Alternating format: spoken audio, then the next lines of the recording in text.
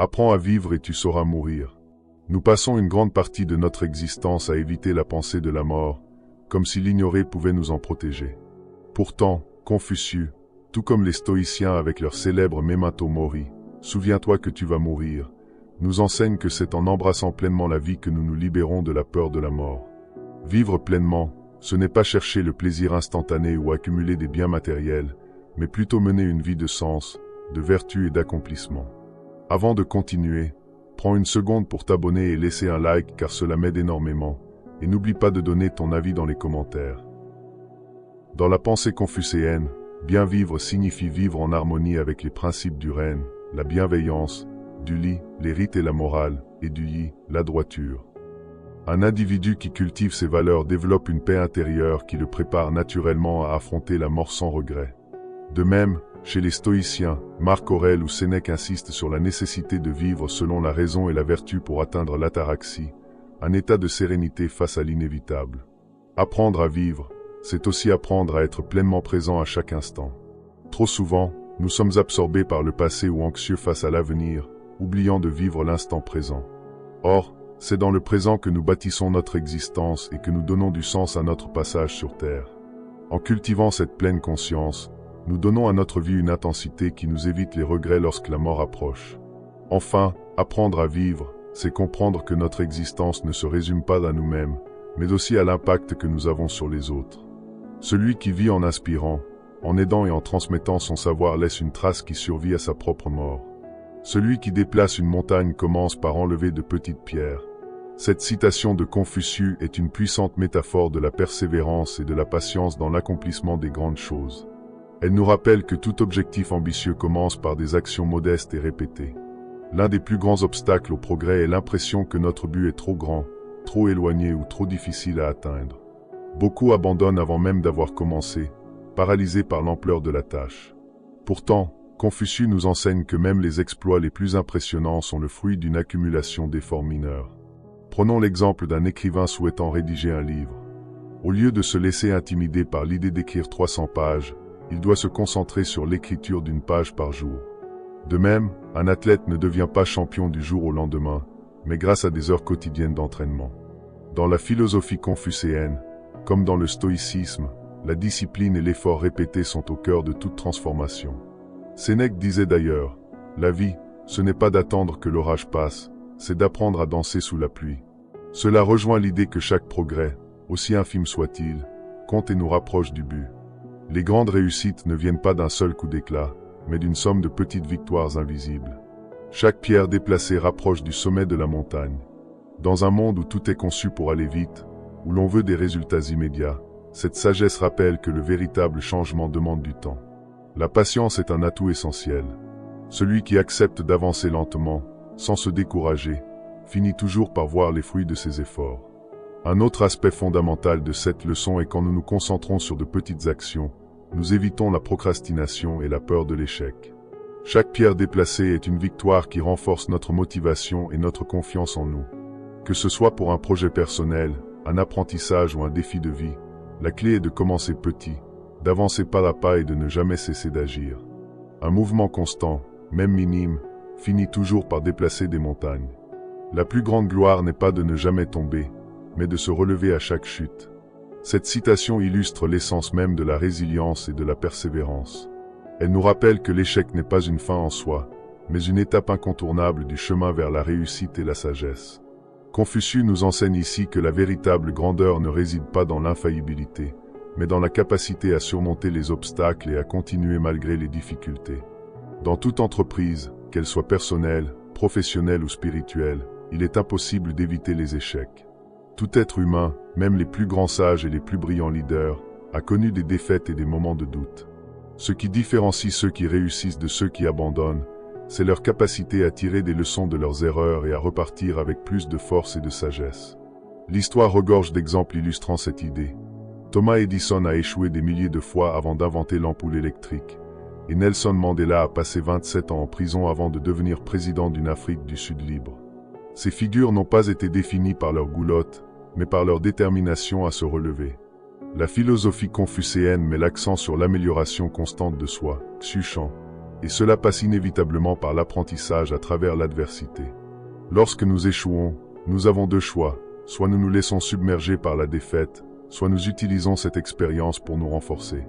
Les stoïciens, proches de cette idée, considéraient que les épreuves sont des opportunités d'entraîner notre esprit à devenir plus fort.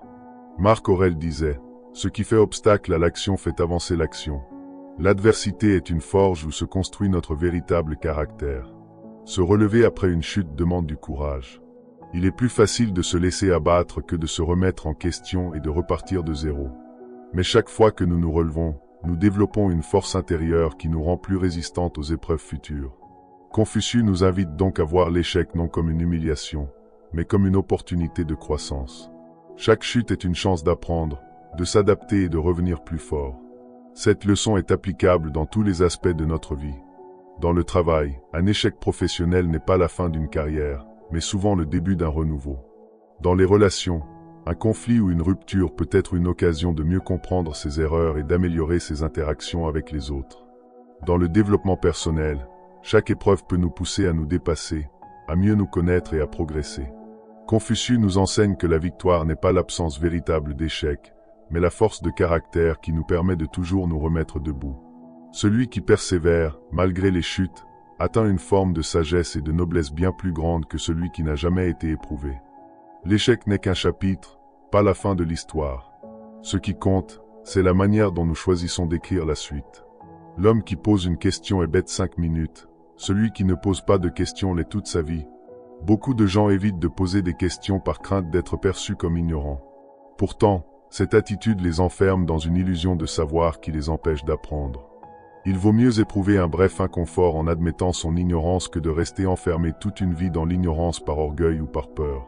Socrate, qui partageait une vision similaire, affirmait « Tout ce que je sais, c'est que je ne sais rien ». Cette reconnaissance de l'ignorance est la première étape vers la véritable sagesse. L'éducation et le développement personnel reposent sur la capacité à interroger le monde. L'enfant apprend en posant des questions, et c'est ainsi qu'il grandit intellectuellement. Mais avec l'âge, la peur du regard des autres nous pousse parfois à taire nos interrogations, nous privant ainsi d'un précieux moteur d'évolution. Dans toutes les disciplines, les grands esprits ont su questionner les évidences. C'est en remettant en cause les dogmes et en posant les bonnes questions que la science, la philosophie et la société ont progressé. Refuser de poser des questions par peur d'être jugé, c'est laisser l'orgueil nous enfermer dans une fausse intelligence.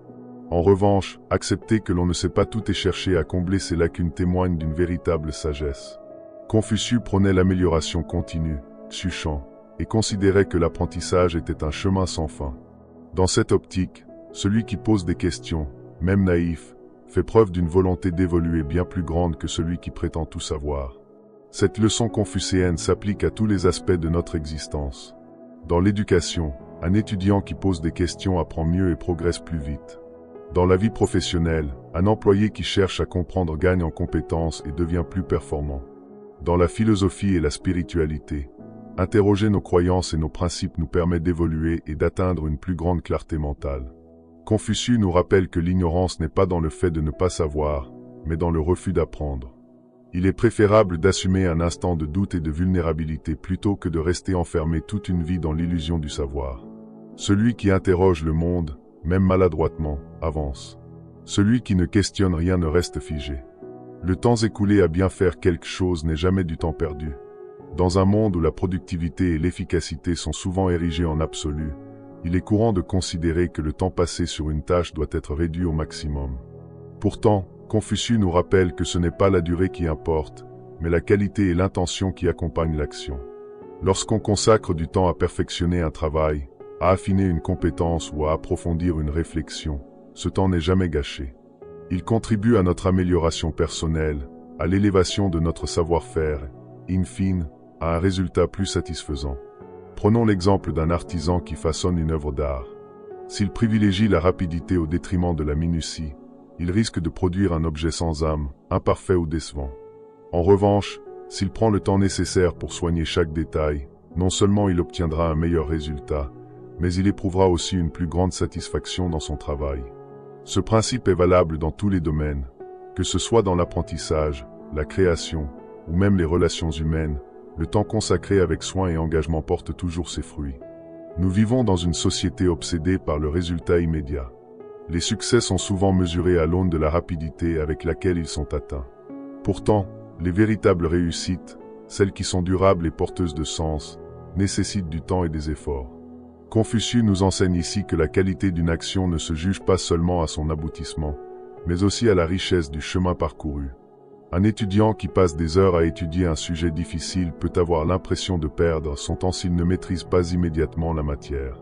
Mais ce qu'il ignore peut-être, c'est que ce travail silencieux forge son esprit, développe sa patience et renforce sa discipline. Ce temps d'apprentissage n'est donc jamais vain. Il contribue à bâtir une connaissance plus solide et durable. En approfondissant la réflexion de Confucius, nous pouvons voir une invitation à cultiver la persévérance. Trop souvent, face à l'adversité ou aux difficultés, nous sommes tentés d'abandonner, estimant que l'effort fourni ne sera pas récompensé. Pourtant, chaque moment investi dans une tâche avec sincérité et application nous transforme. Il nous rend meilleurs, plus compétents et plus résilients. Finalement, le temps bien employé, loin d'être un fardeau, est une source de satisfaction. Lorsqu'on regarde en arrière, on se rend compte que les moments les plus précieux ne sont pas ceux où nous avons cherché à aller vite, mais ceux où nous avons pris le temps de bien faire les choses. Ainsi, Confucius nous rappelle que le temps est un allié, non un ennemi. Ce qui compte n'est pas la vitesse, mais la justesse et la qualité de nos actions. Celui qui sait qu'il ne sait pas est un sage, celui qui croit savoir est un fou. Le véritable sage est celui qui a conscience de ses limites et qui accepte qu'il ne peut tout savoir. Ce paradoxe rappelle le célèbre adage de Socrate. Tout ce que je sais, c'est que je ne sais rien. En reconnaissant son ignorance, on ouvre la porte à la curiosité, à l'apprentissage et à la remise en question. C'est cette humilité qui permet d'avancer sur le chemin de la connaissance. En effet, l'univers est infiniment vaste, et nos capacités humaines, bien que remarquables, restent limitées. Un esprit humble comprend que chaque réponse soulève de nouvelles questions et que l'exploration du savoir est sans fin. Celui qui accepte cela adopte une posture d'élève perpétuel, prêt à apprendre de chaque expérience et de chaque individu. Prenons l'exemple d'un chercheur scientifique. Plus il progresse dans son domaine, plus il réalise l'étendue de ce qu'il lui reste à découvrir. Il sait que ses connaissances, aussi solides soient-elles, ne sont qu'un fragment de la réalité. Cette prise de conscience le pousse à continuer ses recherches, à confronter ses idées et à évoluer. À l'inverse, celui qui croit tout savoir est enfermé dans une illusion dangereuse. La certitude absolue est souvent le signe d'un esprit fermé, incapable d'accepter de nouvelles perspectives. Une telle attitude mène à l'aveuglement, à l'orgueil et parfois même à l'erreur. L'histoire regorge d'exemples où cette arrogance a conduit à des désastres. Des dirigeants persuadés de leur supériorité ont mené leur peuple à la ruine en refusant d'écouter les conseils ou d'admettre leurs erreurs. Dans la vie quotidienne, une personne convaincue d'avoir toujours raison risque de s'enfermer dans ses propres croyances, rejetant toute discussion et tout progrès. Le danger de cette illusion est qu'elle empêche l'évolution personnelle. Un individu qui croit déjà tout savoir ne cherchera jamais à apprendre davantage, car il pense ne rien avoir à découvrir. C'est une forme de stagnation intellectuelle qui mène souvent à l'ignorance et à l'incompréhension du monde qui nous entoure.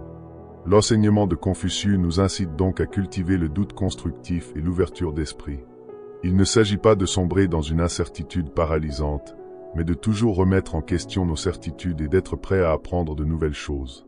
En somme, la sagesse ne réside pas dans l'accumulation de connaissances, mais dans la capacité à reconnaître que l'on ne sait pas tout.